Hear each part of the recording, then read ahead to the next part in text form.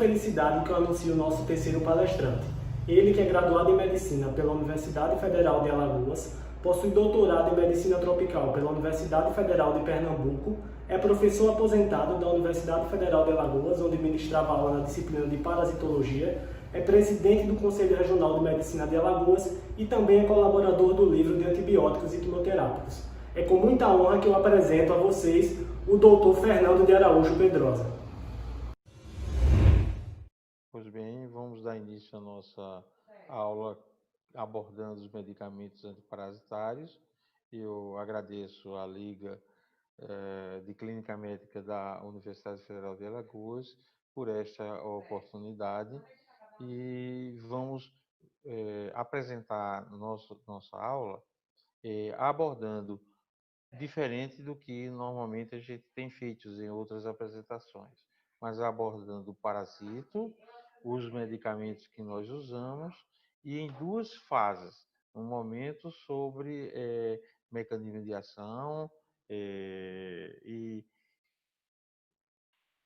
as apresentações e a apresentação da substância e em que forma ela é apresentada. O nosso objetivo é trazer medicamentos que são usados no nosso dia a dia, sem trazer abordagem nenhuma mais complexa de medicamentos raros ou medicamentos que nós não estamos mais utilizando para o tratamento dessas doenças. Lembrando uma coisa importante, é que a gente tem que pensar sempre no medicamento ideal. O medicamento ideal é aquele que seja eficaz para tratar o parasito, ele deve ser barato, deve ser barato e ter administração, se possível, em dose única, né? Porque assim facilita muito o mecanismo de ação. Onde não for possível, nós ajustaremos naquilo que tiver o mais próximo e o mais utilizado no nosso dia a dia, né? Então vamos ver. Vamos abordar inicialmente os protozoários e dando ênfase nos protozoários cavitários, aqueles que estão albergados nas cavidades do homem, trazendo aqueles que são patogênicos. Nós não vamos abordar os protozoários que não são patogênicos, apenas vou fazer algum comentário em algum momento, mas não será isso o objetivo da nossa apresentação, e sim com aqueles que são patogênicos. Então, a droga que mais conhecida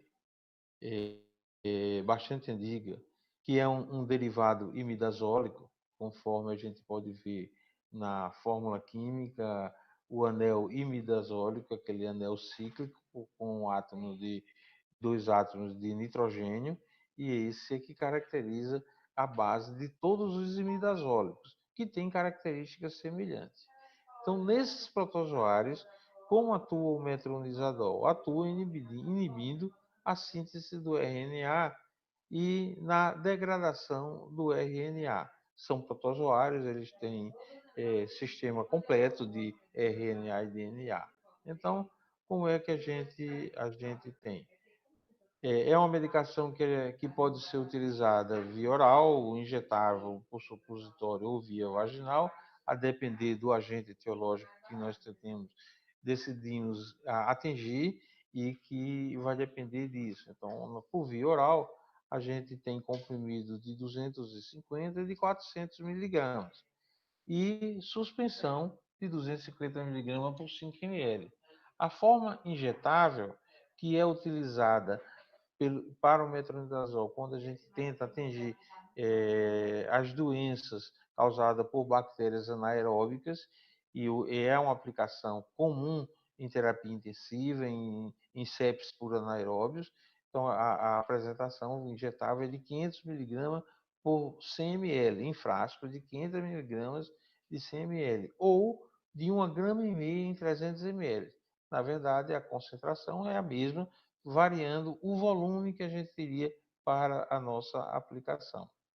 A outra apresentação é em forma de supositório, de 500 miligramas e de 1 grama, né? E para a via vaginal, cremes e ovos. O preço é uma coisa importante que a gente aborda por conta da facilidade de que, na hora da prescrição, nós considerarmos, porque nem sempre os nossos pacientes têm recursos. Então, ela tem apresentação com 20 comprimidos de 250 miligramas, 24 comprimidos de 400 miligramas, e isso custa.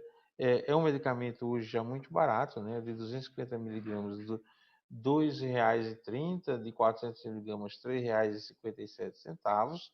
Isso no menor preço.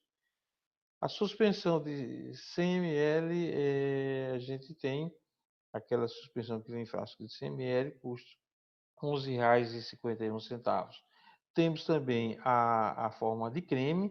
Geralmente, a forma em creme está associada à nistatina para a gente atingir não só protozoários, mas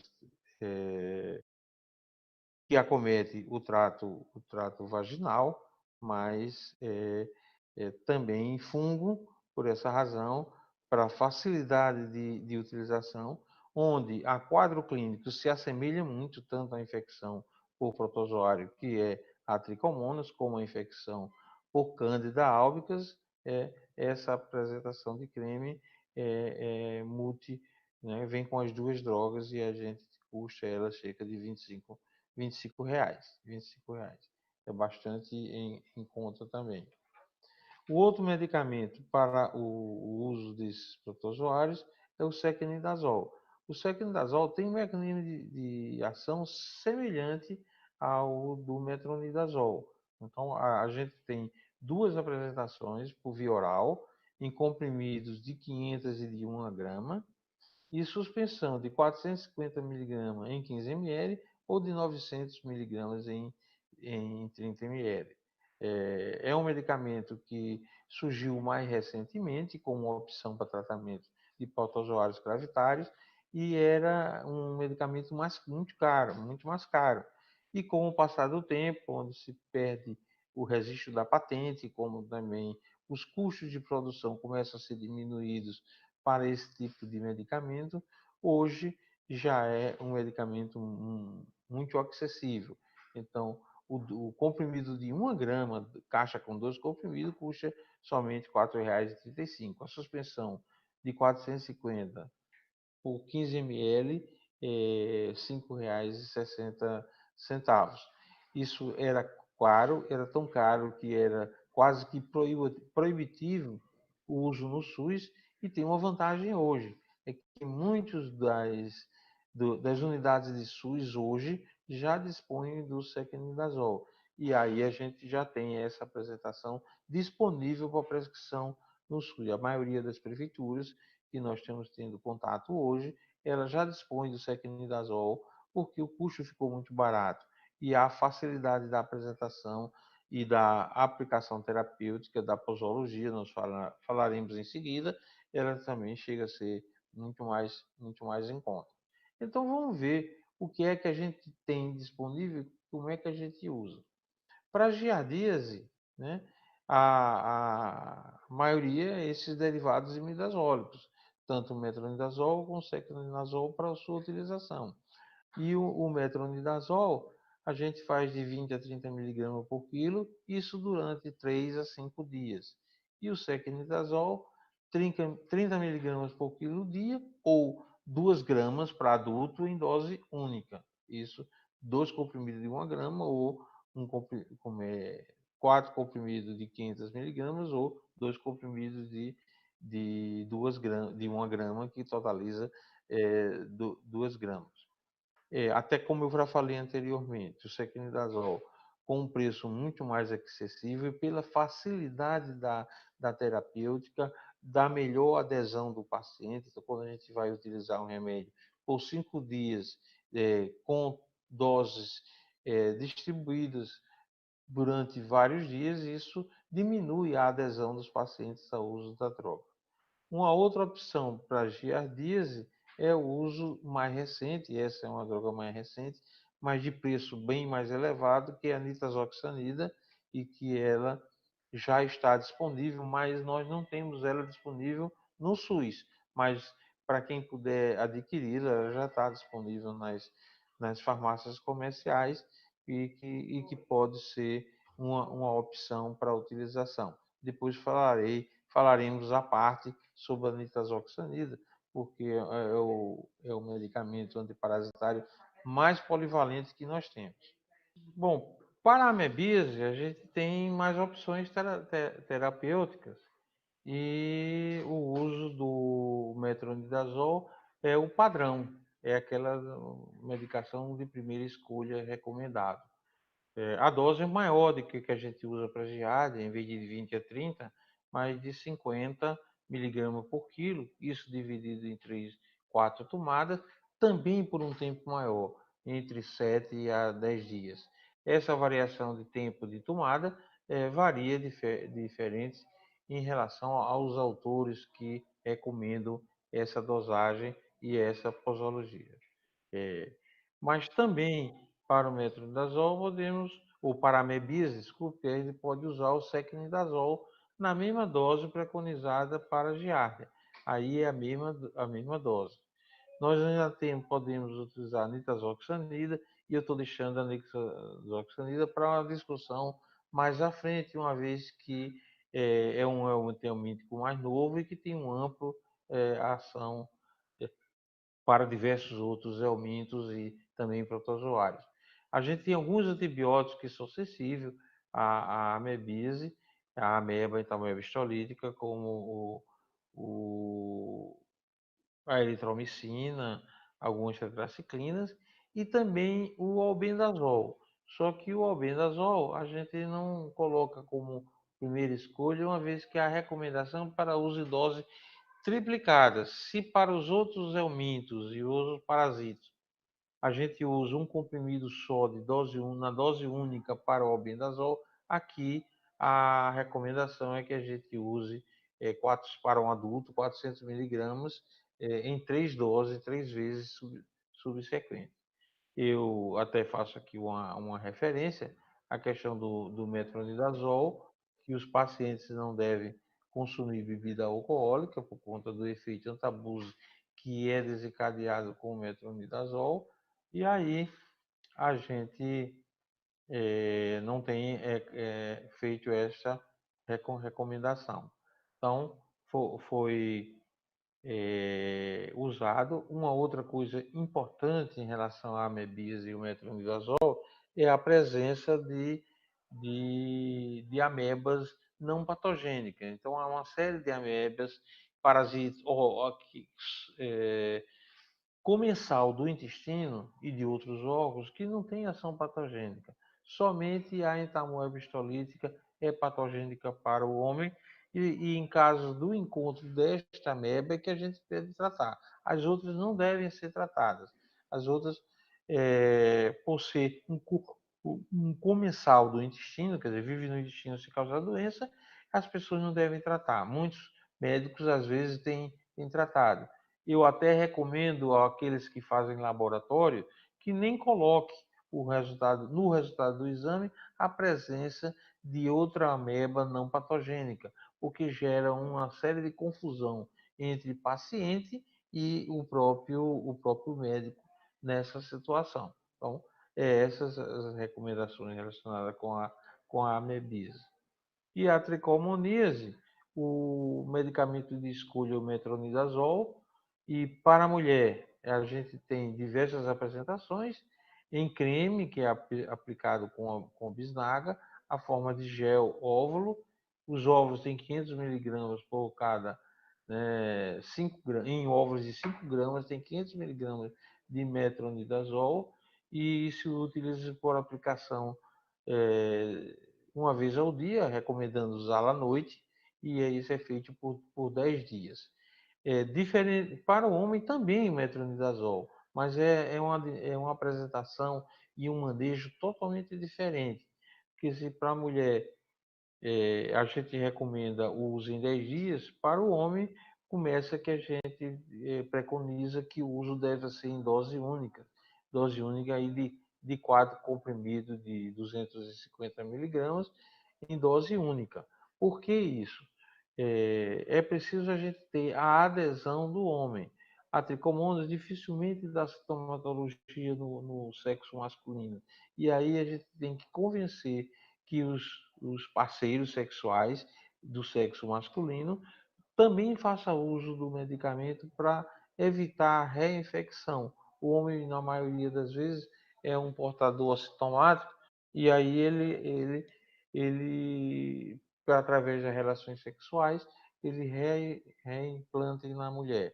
E aí a gente faz sempre, recomenda às mulheres que conduzam o parceiro ao consultório ambulatório para ser orientada a medicação para o homem. Essa medicação deve ser fornecida no próprio ambulatório, no consultório, e o parceiro deve ingeri-la na vista do médico, para evitar que ele leve isso para casa e depois ele não queira tomar.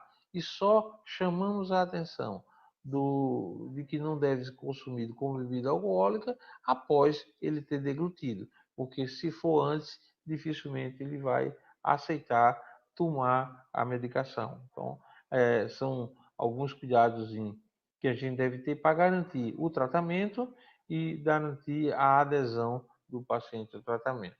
Essas são as observações que nós traríamos para os principais protozoários que acometem o homem e passaremos para a questão dos helmintos. Quais as drogas que a gente tem para utilização em helmintos? O oxaniquine, né? O oxaniquine, que pertence à classe das tetraidroquinoleinas e atua no aparelho reprodutor da fêmea do Schistosoma mansoni. É específico para o Schistosoma a sua utilização e a gente não deve prescrever para outros helmintos. E aí a gente tem apresentado em 200 miligramas, em cápsulas de 250 miligramas, e em xarope de 50 mg por ml em 12 ml. Aqui o destaque em vermelho é porque esta apresentação é a única que a gente tem para utilização em crianças pequenas, né? Uma vez que o outro medicamento para tratamento de xistosoma é o praziquantel e a gente não tem. É um medicamento mais caro, ele vem em caixa de 6 comprimidos, R$ 44,57. E o outro medicamento que a gente também tem para o tratamento de cistosomose e outros é o praziquantel, né? Atua provocando alteração no fluxo de íons de cálcio nas células do aparelho do parasita, gerando uma contração muscular espástica e dessa forma o parasita vem a falecer. Nós temos para o praziquantel 3 apresentações diferentes, de 150, de 500 e de 600 miligramas, e que no parasita específico nós vamos discutir cada uma dessas administrações. A caixa de 150 miligramas por comprimido, ela vem com 12 comprimidos e custa R$ 35,96 no preço mais barato.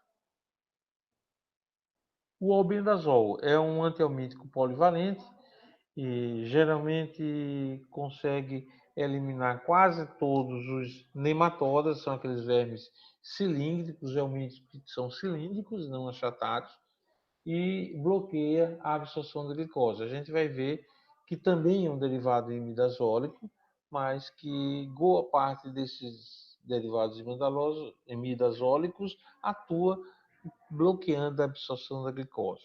O albendazol, a gente tem duas apresentações, de 200 e 400 miligramas, suspensão de 40 miligramas por ml em 10 ml. O preço, né, do comprimido de 400 miligramas é 1,59, a suspensão de 10 ml 1,39, né? Mas é muito bem tolerado, é um medicamento que é o mais usado, inclusive o Ministério da Saúde fez uma grande campanha para tratamento em massa dos escolares daquelas escolas que tinham uma maior incidência desses helmintos. O levamisol, que é mais antigo, né, muito tratado, ele atua provocando uma inibição do fumarato redutase e ele paralisa, é, é, provocando a paralisação. Nós temos dois tipos de apresentação, de 50 e 150 miligramas, em uma forma infantil, a criança, e outra de 150 para adultos, né? O preço dos comprimidos de 150 é 1,71 e o de 80 miligramas 1,61.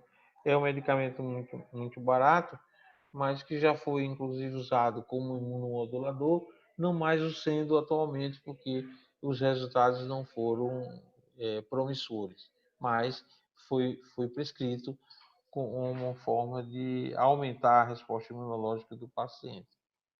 O mebendazol foi o primeiro grande helminto polivalente.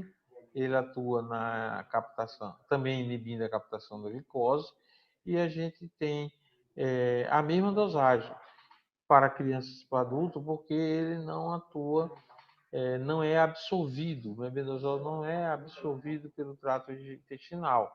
Por isso, a mesma dose que a gente usa para criança pode usar para adulto. Extremamente bem tolerado, praticamente sem efeitos adversos, e que é muito tolerado. E a gente percebe que a posologia é exatamente a mesma. A gente só tem essa apresentação de comprimidos de 500 miligramas, que foi uma tentativa dos fabricantes de dar ao mebendazol a mesma efeito dose única do albendazol. Mas eu não recomendo essa utilização. Para algumas helmintos mais sensíveis funciona, para outros não funciona. Então é preferível que a gente mantenha sempre a posologia de 100 miligramas 2 vezes ao dia durante 3 dias, ou um comprimido 2 vezes ao dia durante 3 dias, e todos têm a mesma concentração. A suspensão tem 100 miligramas por ml, é um pouquinho mais caro do que o albendazol hoje, apesar do albendazol ser mais recente, mas ele é um pouquinho mais caro o tratamento. A caixa de 6 comprimidos está por R$ 2,39 e a suspensão de 30 ml com a mesma dosagem, né, de 100 miligramas por ml, é de 2,35. A piperazina. A piperazina é de pouco uso hoje, mas ela continua sendo porque é a principal indicação para casos de obstrução intestinal causados por ascaris, né? Então a gente tem comprimido de 500 miligramas e tem apresentação também em xarope, tem que fazer a revisão da conta para ajustar a dose. O tiabendazol, que tem indicação para o parasito é o estrogiloides, não tem um mecanismo de ação conhecido até o presente momento, e a gente tem 500 miligramas em 12 comprimidos, 250 miligramas por 5 ml, e a pomada. Como o tiabendazol também é usado para o tratamento da lava-amigas cutânea, é aquela infecção causada pelo Ancylostomum brasiliensis ou Ancylostomum caninum, em que a forma lavar não consegue ganhar circulação, ela trafega através da pele. E aí a gente tem ela em pomada. Há controvérsias quanto à sua aplicação, a efetividade, sua eficácia, mas na maioria das vezes, e eu já utilizei muito, a pomada com resultados bastante satisfatórios. E aí o preço da pomada é um pouco mais caro, de R$ 10, de pouco mais de R$ 10, e os comprimidos, caixa com 12, de 5 ml. O comprimido pode ser utilizado para aqueles pacientes que têm lava-amiga generalizada também, né? Que tem infecção maciça, pode fazer uso dos comprimidos. O cambendazol é um medicamento melhor para o estrogiloide, melhor tolerado, também atua na captação da glicose e de aminoácidos, e levando o óbito do parasito, e a administração. Tem comprimido de apresentação, comprimido de 180 miligramas, caixa com 2, e suspensão de 6 miligramas por ml com 30 ml. O preço do comprimido é 7,52, é um pouquinho mais caro, e a suspensão 9,91, né? E a ivermectina é outro antihelmíntico polivalente com a vantagem de atuar sobre ectoparasitos. Sarcóptes cabe, o piolho e o carrapato também tem ação. É um antibiótico, a ivermectina, é uma lactona macrolítica semissintética e atua inibindo a atividade do ácido gama-aminobutírico, que é o GABA, e imobilizando os helmintos. A gente tem ivermectina e observem que a dosagem é muito pequena, a apresentação com 2 comprimidos de 6 miligramas, né? Não é 6 gramas, é 6 miligramas. O preço é um pouco mais de R$ 5 por comprimido. A ivermectina também tem ação antiviral, né? Para medicina veterinária, ela se apresenta muito frequentemente, né? Então, a gente tem eh, o uso da ivermectina anterior de ser usado para o homem, foi usado na medicina veterinária para o tratamento de ecto e de endoparasitos. O homem também. Se há bem pouco tempo atrás nós não tínhamos um antiparasitário para ectoparasita, hoje a gente tem. E a ivermectina tem ação antirretroviral. Na bula da ivermectina já consta a ação contra coronavírus animais que ela tem ação. E foi tentado, e alguns autores têm preconizado o uso da ivermectina também para tratamento do SARS-CoV-2, que é o agente biológico da, da atual pandemia que nós estamos vivendo. Então, isso tem sido recomendado. Tanto que a apresentação mudou, a gente tinha só caixa com 2 comprimidos de 100 miligramas e hoje temos a apresentação com mais comprimidos, com 4 comprimidos de 100 miligramas, para adequação à posologia do tratamento do coronavírus, para ser utilizada no coronavírus. Recentemente, o Ministério da Saúde está exigindo que a ivermectina só seja despachada com receita médica por conta do uso muito abusivo que as pessoas passaram a tomar, né, indiscriminadamente, com caráter preventivo ou curativo do coronavírus. Então, somente o médico hoje pode prescrever ivermectina, tanto para ação curativa como para a sua ação preventiva. E, de preferência, só usar as apresentações que são utilizadas para o homem. Usou-se muito a ivermectina na medicina veterinária e muita gente comprou ivermectina nas clínicas veterinárias para uso do próprio paciente. E o outro medicamento que eu tinha dito que nós falaríamos posteriormente é a nitazoxanida. A nitazoxanida é o mais novo dos antihelmínticos, também tem ação polivalente tanto para os helmintos como para os protozoários. Então, nos helmintos, o mecanismo de ação é a inibição da polimerização da tubulina, e nos protozoários o mecanismo não é bem conhecido. Acredita-se que atue interferindo na enzima piruvato ferridoxina oxorredutase, bloqueando a transferência de elétrons e dessa forma o protozoário venha a falecer. É absorvido pelo trato intestinal, né? É hidrolisada no fígado em tisoxanida e é secretado pelas vias biliares para atingir o intestino. Então, pode ser secretado por via renal, biliar e pelas fezes, e essa tisoxanida é que é a fração ativa da nitazoxanida que vai atuar sobre os helmintos e os protozoários, né? Há uma contraindicação e uma não recomendação para que as pessoas não usem portadores de doença renal ou de doença hepática. E a posologia, em termos de dose, não, mas em termos de dias de aplicação, é semelhante àquela do mebendazol, um comprimido 2 vezes ao dia durante 3 dias. Então, a caixa vem com 6 comprimidos. Não é recomendado em menores de 1 ano, não que tenha relatos de problemas maiores, mas por ser um medicamento recente, a gente não usa em crianças de menor de 1 ano. Então, a dose para criança, 7,5 miligramas a cada 12 horas durante 3 dias. E o adulto é 500 miligramas a cada 12 horas durante 3 dias. É aquela dose semelhante, né, que a gente tem para o mebendazol.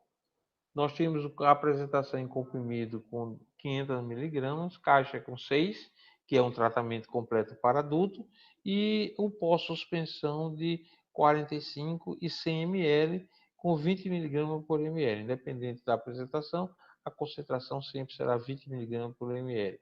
É um medicamento novo, protegido por patente, então é um medicamento mais caro. O frasco de 45 ml sai por mais de R$ 20, quase R$ 21, e o de 100 ml de R$ 43. E a caixa de 100 comprimidos ser em torno dos R$ 50. É um medicamento que não está disponível no SUS e que as pessoas têm que desembolsar. A gente sempre chama a atenção para que ninguém prescreva para quem não pode comprar. A gente tem opção, mesmo que seja paciente poliparasitado, a gente pode combinar alguns parasitos, alguns fármacos muito baratos que pode ser dado para o paciente a um custo muito menor. Então é preciso a gente ter sempre atento para as populações. Eu tenho recebido pacientes que chegam com a receita e diz: eu não posso comprar, não tem na farmácia do SUS. Isso é verdade e a gente tem que estar atento para isso. Mas para quem pode comprar é uma opção muito boa que pode beneficiar aqueles portadores de helmintos e aqueles portadores de protozoários. A nitazoxanida já foi aprovada seu uso para reduzir o impacto do rotavírus e está sendo investigada como possível auxiliar no tratamento de hepatite C. Então, nós estamos trabalhando com a possibilidade de uma ação viral também, antiviral, da nitazoxanida, faltando para isso a conclusão dos trabalhos. Olha só, a Medicel tem mais uma novidade para você ser aprovado. O coach de aprovação, um especialista do nosso time focado em apoiar você durante todos os meses de estudo. Você sempre vai poder agendar um horário para conversar com ele, por telefone ou vídeo, sobre diversos assuntos relacionados à sua carreira médica. E ele pode montar contigo o melhor cronograma de estudos, alinhado com o que mais cai nas provas do seu interesse. Algo totalmente individualizado e personalizado, e vai te acompanhar para te ajudar a não sair do ritmo. E enviará várias notificações com lembretes importantes e dicas de estudo. Afinal, é sempre bom ter um apoio numa fase tão decisiva da vida, não é? Seu coach vai também fazer a ponte entre você e os nossos queridos professores. Todas as suas dúvidas serão respondidas por eles em pouco tempo.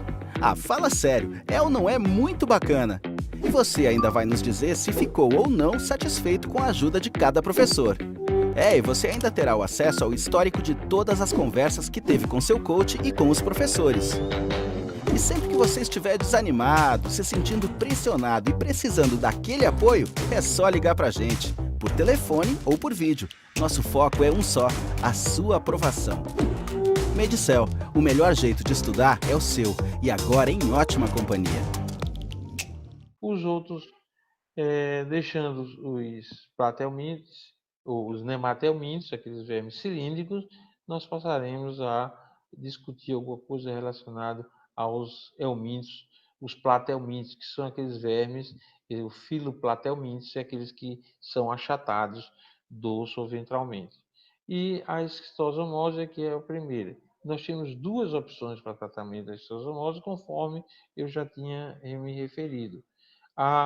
As tetrahidraquinoleinas, que é o oxaniquine, que foi tomado com o nome de Mancil durante muito tempo. Esse produto foi da Pfizer, sintetizado pela Pfizer, melhor tolerado. Então, a dose de adulto é 15 mg por quilo em dose única e criança de 20 mg por quilo também em dose única.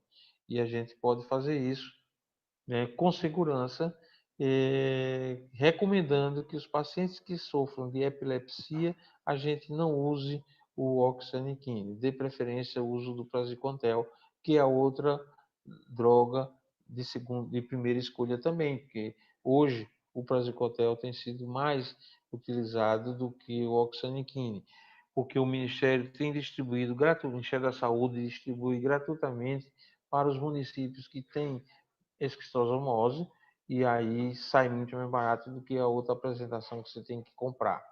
É o praziquantel, a dose para o tratamento da esquistosomose é de 50 a 60 mg por quilo, dose única. Eu peço que os senhores atentem para a questão dessa dosagem, porque é bastante diferente da quando a gente vai usar o praziquantel em outras doenças, como por exemplo aqui está a teníase. O praziquantel pode ser usado na dose de 10 mg por quilo. Por essa razão, a gente tem o praziquantel, né, previsto para o tratamento da teníase com dose muito baixa. E a apresentação de 150 miligramas, ela vem a calhar para este determinado uso. O albendazol também pode ser usado para teníase, mas é uma dose de repetição de 400 miligramas em 3 dias, ou 10 miligramas por quilo. Então, a gente tem opções melhores para tratar a teníase e na combinação de drogas, só quando a gente tem várias parasitos intestinais, inclusive a tênia, que a gente pode usar o albendazol, mas não justifica a gente fazer em 3 dias, tendo o praziquantel um aumento de dose única. Associada à teníase, a gente tem a cisticercose. E aqui a gente chama a atenção da neurocisticercose como uma doença grave, né, muito mais grave. Aí o uso do praziquantel é de 50 miligramas, é a dose quase equivalente à que a gente usa para o cistosoma, em 2 a 3 tomadas, né, por dia, fragmentado em tomadas, dividido em tomadas, e isso se usa por 21 dias, e 21 dias, durante 21 dias subsequentes. O albendazol também pode ser usado, a dose de 15 a 25 miligramas por quilo, durante 8 ou 30 dias. Essa variação em consequências das pesquisas realizadas. Quando a gente tem uma neurocisticercose, é bem recomendado associar o tratamento com corticosteroide, porque o processo inflamatório pós-tratamento pode trazer efeitos adversos muito grandes a quem tem neurocisticercose. Então, a gente recomenda o uso do corticoide para diminuir esse processo inflamatório. E a iminoleptidase, iminolepse nano ou iminolepse diminuto, o uso é do praziquantel. Então, a gente se lembra que para tênia a gente usa 10 miligramas por quilo, aqui para o iminolepse a gente usa de 20 a 30 miligramas por quilo, também em dose única, com boa aceitação e bom tratamento. E aí a gente tem os asquelmintes, que é aqueles vermes que são cilíndricos, né? O Ascaris, o Trichuris trichiura, o Enterobius vermiculares, o Ancylostomum duodenale, o Ancylostomum brasiliense, Ancylostomum canino, o Necato americanus, o Strongyloides secorale. O que é que a gente deve fazer quando a gente se depara com cada um desses helmintos? Então, o Ascaris, né, que é conhecido como lombriga comum, verme comum, a gente tem essas 3 opções bem em dia. O levamisol, na dose de 150 mg para adulto e 80 mg para criança. O mebendazol, 100 mg 2 vezes ao dia durante 3 dias. Ou essa opção que tem sido citada de 500 mg em dose única. E o albendazol, para adultos, 400 mg em dose única. E para criança, 10 mg por quilo, também em dose única, né?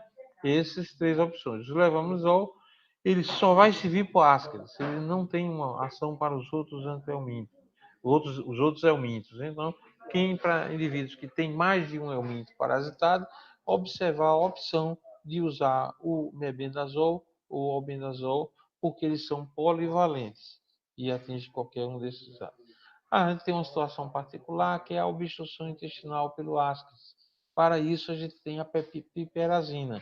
A piperazina, como age paralisando o helminto, né, a gente tem melhor ação, porque o risco de obstrução para quem tem um parasitismo intenso é maior para quem tem parasitismo por Ascaris. Então, é 100 mg por quilo. A gente associa a essa prescrição óleo mineral para facilitar o deslocamento dos helmintos para ser expelidos pela via retal e ou de 50 a 100 mg por quilo dia durante 4 dias. Isso deve ser repetida essa dose, sinal repetir a dose de piperazina por durante 4 dias. A gente observa nessa imagem uma quantidade enorme, aqueles novelos de Ascaris sendo eliminados por via retal do paciente tratado por Ascaris com piperazina para combater o Ascaris lumbricoides. A tricuríase, o Trichuris trichiura, que se aloja no intestino grosso e às vezes na ampola retal, determinando casos de aparecimento de prolapso retal conforme a gravura, mas a gente tem duas drogas, ou o polivalente, que atua muito bem, que é o mebendazol ou o albendazol nas doses já referidas anteriormente. E a enterobíase, o enteróbios vermiculares, também conhecido como oxiúros, que migra para a região anal determinando o prurido. A gente tem também o mebendazol e o albendazol como drogas bastante aplicada. Agora vai uma observação. Nós devemos repetir esse tratamento com um intervalo de 3 semanas. Por quê? Porque é muito frequente a autoinfecção. É muito frequente que as crianças que ao coçarem a região anal levem à boca, fazendo com que o paciente seja reinfectado. Então, quem toma um remédio hoje pode ter se reinfectado ontem. Então, deve repetir esse tratamento com 3 semanas obrigatoriamente. Ancilostomose, e aí a gente tem a ancilostomose intestinal, que é causada pelo Ancilostomos donelale ou o necato americanos, a doença é a mesma. Tanto o mebendazol como o albendazol, como antihelmínticos polivalentes, servem muito bem, mas recomenda-se, como esses pacientes que têm ancilostomose geralmente sofrem de anemia, a gente está esses pacientes com sulfato ferroso, se eles tiverem anemia, ou de rotina, que não vai fazer mal nenhum, um suplemento de ferro nesse tratamento. A lava migra cutânea, que é a migração das lavas do Ancilostomos brasiliense e do Ancilostomos canino, a gente tem o tiabendazol em dose única, de 50 miligramas, ou uso tópico. O uso tópico pode ser feito com a pomada de tiabendazol. O albendazol também tem ação boa sobre a larva migas cutânea na dose de 400 miligramas por dia, isso durante 5 dias. Mas nós não recomendamos. A gente tem a salvo intolerância, mas a gente tem um medicamento que a gente pode tratar em dose única, ou um outro medicamento que a gente pode tratar de forma tópica, que é o tiabendazol tópico. A ivermectina também tem indicação para larva migas cutânea, mas pelas mesmas razões do albendazol, a gente não preconiza o seu uso. Para a opção da estrongiloidíase, nós temos essas 3 opções. O tiabendazol, a dose de 50 mg em dose única, que já foi apresentado. O cambendazol, que é 5 mg por quilo dia, em dose única, ou em dose única para adulto de 180 miligramas, mas podemos usar o albendazol em pacientes com 3 dias. Aí eu digo, como é muito frequente as pessoas terem poliparasitismo, o uso do estrongiloide, ou para o tratamento do estrongiloide, a gente, se tiver outros parasitas, utilizar o albendazol 3 dias é uma boa opção. A ivermectina também tem uma boa ação. Para os estrongiloides, recomendamos o uso laxativo para facilitar a eliminação dos espécimes, mas também repetir o tratamento com intervalo de 3 semanas, pela mesma razão da autoinfecção, o índice elevado de autoinfecção quem tem estrongiloidíase.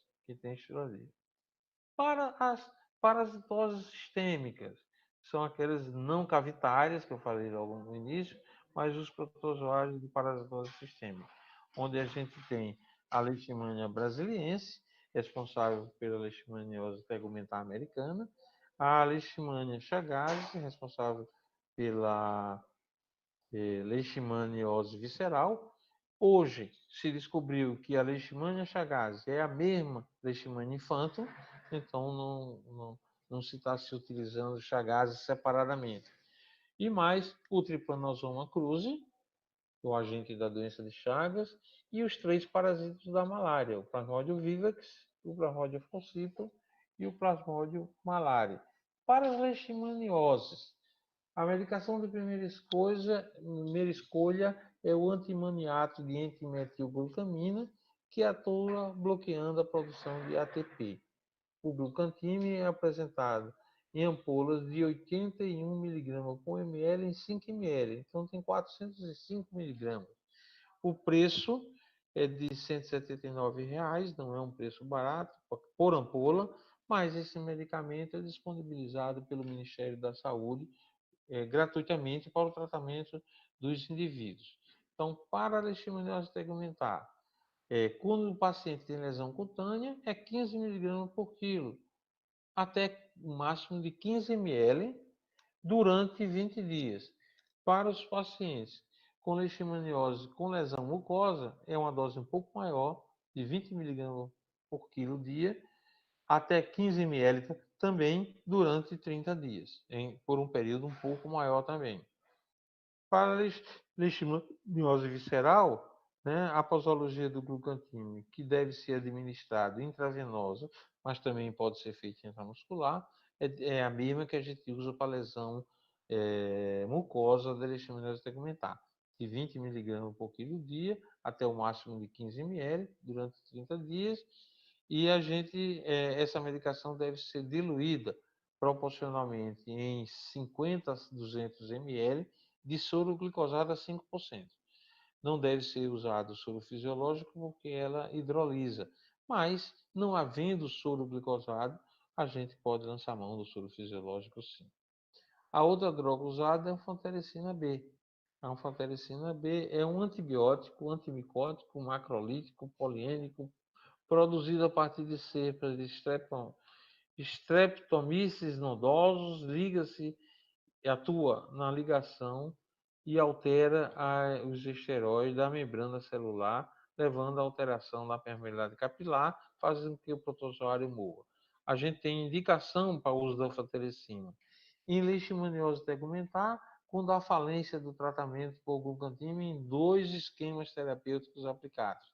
E para leishmaniose visceral, quando o paciente tem gravidade ou tem sinais de gravidade. Aí a gente tem a forma da apresentação da anfotericina coloidal, lipossomal ou aquela de complexo lipídico com indicações bem precisas. A anfotericina B coloidal é aquela que a gente tem no nosso dia a dia, ela tem uma vida média de 24 a 48 horas, tem uma eliminação lenta por via renal, e a posologia é 1 miligrama por quilo dia, até o máximo de 50 miligramas por dia, na dose total de 1 a 3 gramas durante 20 dias. A gente dilui em 500 ml de soro glicosado e associa uma ampola de dipirona e 4 miligramas de dexametasona para diminuição dos efeitos adversos provocados pela anfotericina. O preço é mais barato até do que o glucantime, de R$ 26,55. Mas quando a gente precisa usar a anfotericina lipossomal, é essa molécula que é um complexo de lipídios e que é acoplado à anfotericina. Qual é a vantagem que ela tem? É que a gente pode usar uma dose maior com menos efeitos adversos e melhor tolerância. A anfotericina B lipossomal, ela é muito complexa a sua constituição, os chamados lipossomas, é de aproximadamente, aí tem a quantidade de fosfodietilcolina, miligrama colesterol, de esterato, mas então esse complexo em que é colocado a droga anfotericina aí dentro. Você tem uma vida média mais longa, o que permite um espaçamento de doses ou um tratamento mais rápido, de 100 a 150 horas, 53 horas. A concentração total da anfotericina é de 49 dias, enquanto a outra, a coloidal, é de 48 a 72 horas no máximo. Aqui ela chega a 49 dias após a administração. E a concentração de estado de equilíbrio são atingidas dentro de 4 dias. Deve ser administrado por infusão venosa contínua, utilizando o dispositivo próprio, durante 120 minutos. Não tem que usar a bomba de infusão. A gente usa 4 miligramas por quilo por dia durante 7 dias. Em vez de usar 1 miligrama por quilo dia durante um período mais longo, um período mais curto. Agora, o preço é muito caro, apesar de já ter hoje algumas apresentações mais baratas, mas chega a 15 mil reais aquele que é de marca, aquele que é o medicamento de referência, né? Um preço elevadíssimo, porque é muito cara a produção da anfotericina B. E tem aquela de complexo lipídio. Eu diria que é uma anfotericina meia sola, que é feito para baixar, ter um custo mais baixo dela, e aí é um complexo lipídio, não como a lipossomal, e a gente, né, a dose de meio a 5 miligramas por quilo dia para esses pacientes. A dose da alfa-tericina B de 1 miligrama por quilo e 50 miligramas, isso já foi referido. A dose é entre 1 e 3 gramas, associar uma dipirona e a dexametasona, eu já tinha referido, né? E é 4 miligramas para quando usar a apresentação lipossomal. A doença de Chagas, que a gente tem esquecido muito, mas a doença de Chagas tem que tratar em algumas situações. A droga de utilização, o besonidazol, que já foi comercializada no passado pela Roche como Roxagan, mas a Roche deixou de produzir e passou todo o sal que tinha estocado no laboratório para o Ministério da Saúde. E hoje, o Laboratório Farmacêutico Industrial de Pernambuco, LAFEP, é o único laboratório no mundo que dispõe do sal de besonidazol. São comprimidos de 100 miligramas, a dose é de 5 a 10 miligramas por quilo dia durante 60 dias. E é a única apresentação, é a única aplicação.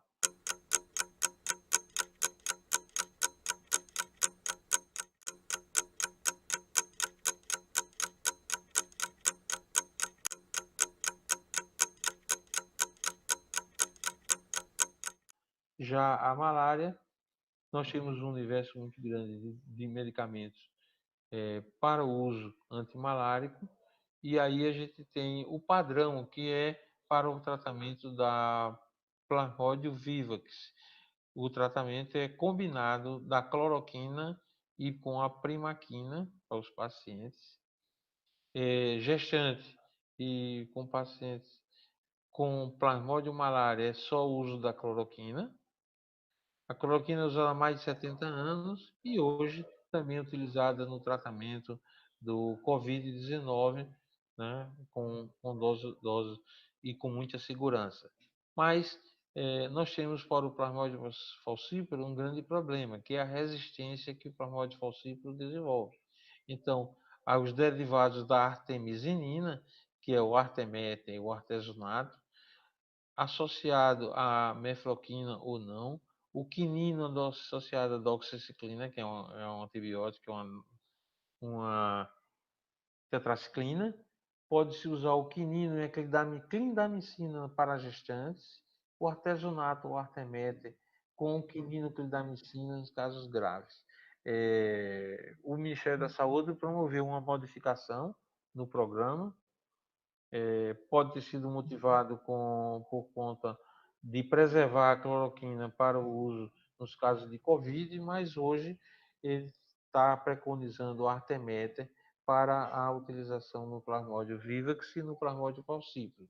Eu não simpatizo muito com essa decisão, porque a gente tem que preservar as drogas que são melhores utilizadas para o tratamento do Plasmodium falciparum, que esse é o maior problema, não só pela resistência, mas por produzir a malária grave que pode levar o paciente ao óbito. Era essa o que eu teria a apresentar. Então, mais uma vez, agradeço essa oportunidade, deixo disponível o meu e-mail e o próprio telefone particular para, se alguém tiver dúvida, poder me contactar e que eu possa tirar dúvidas ou orientar em alguma situação de parasitose. As parasitoses vão perdendo importância ao longo do tempo e, por conta disso, as pessoas até se esquecem de como tratar. Mas eu estou à disposição a quem quiser fazer isso, e muito obrigado mais uma vez pela oportunidade.